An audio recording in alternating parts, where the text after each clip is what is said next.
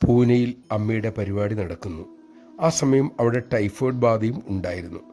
പരിപാടിയിൽ പങ്കെടുക്കാൻ വന്ന ഒരു വിദേശ ഭക്തയുടെ കുഞ്ഞിന് ടൈഫോയിഡ് പിടിച്ചു. പലരും അവരോട് സ്വന്തം നാട്ടിലേക്ക് തിരിച്ചു പോകാനും വിദഗ്ധ ചികിത്സ നേടാനും ഉപദേശിച്ചു. പക്ഷെ അവർ മനസ്സിൽ പറഞ്ഞു, അമ്മയുടെ സന്നിധിയേക്കാൾ സുരക്ഷിതമായ സ്ഥലം എവിടെയാണുള്ളത്? അവർ പനിയുള്ള കുഞ്ഞുമായി അമ്മയുടെ സമീപമെത്തി. കുഞ്ഞിനെ കണ്ടതും അമ്മ തിരക്കി, പനി? അമ്മ കുഞ്ഞിൻ്റെ നെറ്റിയിൽ ചന്ദനപ്രസാദം പുരട്ടി അമ്മയുടെ സമീപം ഇരിക്കാൻ ആംഗ്യം കാണിച്ചു. ദർശനവേളയിൽ ഇടയ്ക്കിടയ്ക്ക് ആ കുഞ്ഞിനെയും അമ്മയെയും അമ്മ കടാക്ഷിച്ചുകൊണ്ടേയിരുന്നു.